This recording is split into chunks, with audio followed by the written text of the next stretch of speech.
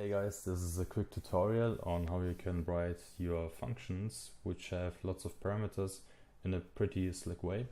So let's just assume we got a function with lots of parameters. I will just write 3 of them just for demonstration purposes, but your function could have like 10 parameters or like maybe even 20, I don't know. Anyways, let's just assume we got 3 parameters here.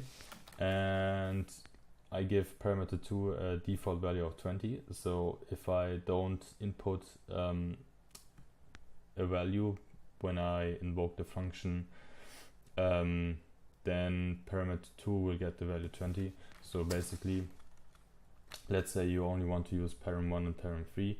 What you can do is you can input 100, and then because you can't leave the space,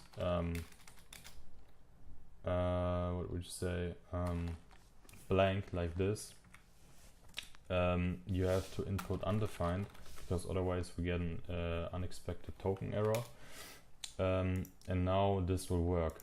The problem with this, unfortunately, is that it sort of looks ugly, to be honest. I mean, it's not that big of a deal if you put it into perspective, but if you have like 10 parameters, as I mentioned, and you only want to use 2 or 3 of them, you know, like without the default values, then you have to, like, let's say input 100, then you have to do undefined, undefined, then 200, undefined, undefined, undefined, and so on and so forth.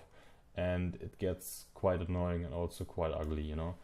Instead, what you can do to also save some time, because typing takes some time, you can use object destructuring, which is an ES6 feature. So what you do here is you basically take all the parameters we've got and we give them default values. So let's assume param 1 is 50, param 2 is 30, and param 3 is some sort of string. What you can do now is you can invoke this function. Let me just console log this for you. So you see it's pretty much the same. So there's no like access from any object, because, you know, most of the time when you want to access the values of an object, you have to like do the object first, then dot, and then the parameter name, or like the key name. That's not the case here. It will do this automatically for you.